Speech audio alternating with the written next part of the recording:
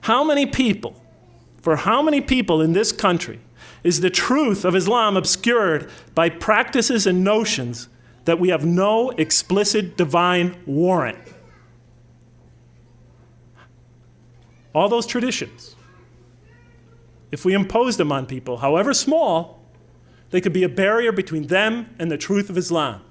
And the Quran criticizes this, says in no uncertain terms, have you considered what provisions God has sent down for you and how you made some of it haram and some of it halal of your own making? Say, has God indeed permitted you? Or do you invent a lie concerning God? It was talking to the mushrikeen, people who associate with God that which is not of God. They make something sacred that God specifically did not enjoin. And it criticizes them for that. And it says in another verse, and say not for anything you invent, this is halal and this is haram, so that you invent a lie against Allah. Because when you do that, you commit, as we all know, shirk. Associating with God that which is not of God. And why is that such a serious sin? Is it because God is a jealous God? Is it because his feelings get hurt?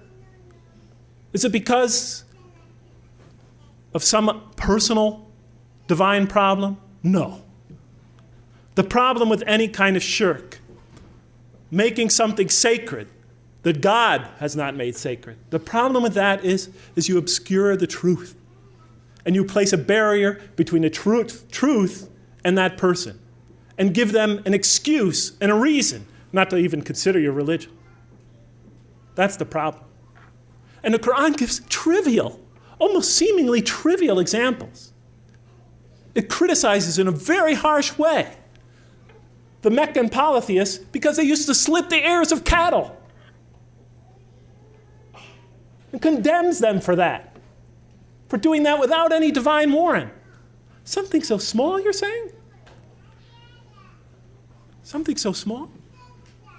The problem is when you do that, maybe you think it's small, but later on for another person, that could be give him a reason to dismiss your faith. Oh, look at that. Look what they do. Oh, I can't consider that religion. That can't be the truth. That's ridiculous. You know? Quran gives many examples of that nature. I'll give you a very simple one. The term son of God. The Jews say Ezra is the son of God. The Christians say Jesus is the son of God. That is the saying with their mouths, imitating the statements of disbelievers of old, of deniers of old. What's the problem here?